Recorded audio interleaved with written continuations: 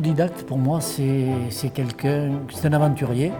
Ce que j'aime bien aussi dire dans l'autodidacte, il faut qu'on aime les gens. Avoir confiance en soi.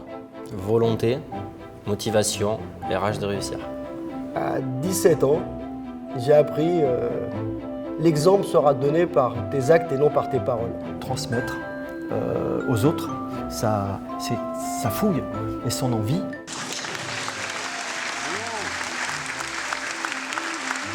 Je suis très heureux de présider cette 25e séance de la victoire des autodidactes. Ça fait la 25e année que Harvard promeut cet événement. Et si nous sommes heureux de le faire, c'est parce que un des objectifs de l'enseignement d'Harvard, c'est de promouvoir l'esprit d'entreprise. On a la chance d'avoir 6 parcours d'exception et on est heureux et optimiste parce qu'on voit que l'esprit d'entreprise est bien présent encore en France. Mazars accompagne depuis 2003 la victoire des autodidactes. 2 raisons à cela. D'abord, ça incarne un certain nombre des valeurs que nous défendons, des valeurs d'entrepreneuriat, des valeurs de courage, de ténacité, d'audace, qui sont des valeurs fondatrices de Mazars, de transmission aussi des entreprises. Et puis la deuxième raison, c'est que nous prenons chaque année beaucoup de plaisir dans les jurys régionaux. On découvre des parcours qui sont tout à fait hors normes et puis surtout on découvre des personnalités et des hommes qui sont absolument passionnants. Chef d'entreprise, c'est un peu un virus. Je pense que l'autodidacte a cette faculté d'observer et puis d'être téméraire. D'accepter l'échec, d'être toujours passionné par son métier et de prendre toujours plaisir dans ce qu'on fait. Première chose, un autodidacte n'a pas fait d'études, mais c'est pas pour autant qu'il est inculte.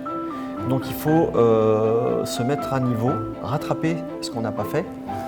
Donc c'est étudier, j'estime, même si on le fait soi-même, étudier quand même. C'est motivant, parce qu'on voit que même avec un parcours qui n'est pas forcément exemplaire, on peut réussir à avoir une entreprise ou même à développer quelque chose dont on est fier, nous. Si un jeune qui veut se lancer en tant qu'autodidacte, il faut qu'il commence par connaître le marché, là où il veut aller. Et pour connaître le marché, c'est faire le terrain, il faut être sur le terrain. C'est sur le terrain qu'il va apprendre et après peut-être qu'il pourra prendre d'autres responsabilités dans la société, mais ce sera un leader parce que lui connaîtra bien le marché et pas toujours ceux qui arriveront directement dans la société sans avoir fait cette phase de terrain. Je suis très fan de On avance par l'erreur. En fait, pour moi, je pense qu'on est quasiment obligé de faire des erreurs pour pouvoir avancer et que réellement ceux qu'on ne font pas, c'est qu'ils n'avancent pas. Donc effectivement, on peut ne pas faire d'erreurs, mais on n'avance pas. Il faut d'abord être à l'écoute, l'écoute des autres et l'écoute des autres qui savent. Puisqu'un autodidacte, il ne sait pas forcément. Donc il faut être en même temps, avoir une grande perspicacité. Et il faut être capable de décision. Il faut se battre, il y a un challenge.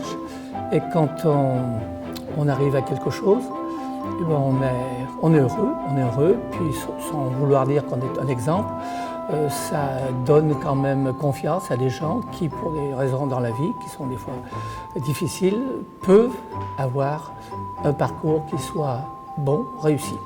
L'objectif financier n'est pas primordial, même s'il est important, mais c'est la passion de ce qu'on fait qui vous anime, qui vous amène à vous dépasser, à consacrer beaucoup de temps. De devises, oui, que de temps en temps je remémore. Il y en a une qui est du père Fourier qui dit « Ne nuire à personne et être utile à tous ».